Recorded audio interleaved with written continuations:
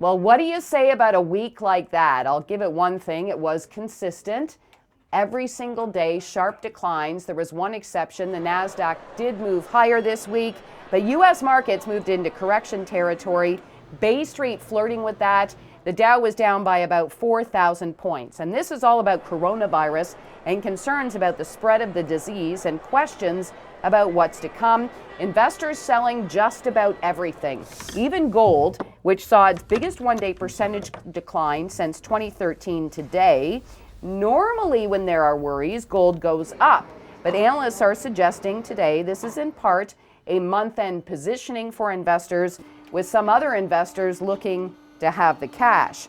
Now, like markets, oil saw its worst week since the financial crisis in 2008, down by about 16%. OPEC is set to meet next Thursday, and there is speculation it's looking at a production cut. But analysts say even a cut of 1 million barrels a day may not be enough to offset a drop in demand because of coronavirus, with the consequences there still largely unknown. Now, as well, next week, we're going to get a Bank of Canada interest rate announcement, and the talk, can you hear it, continues to grow louder for an interest rate cut. Now, the C.D. Howe Institute is suggesting there should be a cut in both March and in April.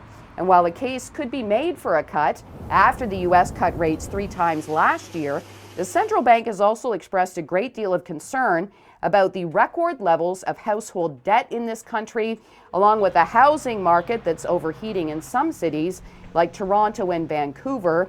Now, as well, today, the Fed said it's also monitoring the coronavirus developments. One Canadian cannabis producer is very close to being kicked off the New York Stock Exchange. We are talking about CanTrust. That stock hit an all-time low today of 61 cents. So that means it dropped below the share price rule. Now, CanTrust has 6 months to regain compliance, which is $1 a share over a 30-day trading period. And a friendly reminder, the RRSP contribution is Monday at midnight. That is if you want it to count on your taxes for 2019. And depending on your tax bracket, it could be helpful in getting you a tax refund.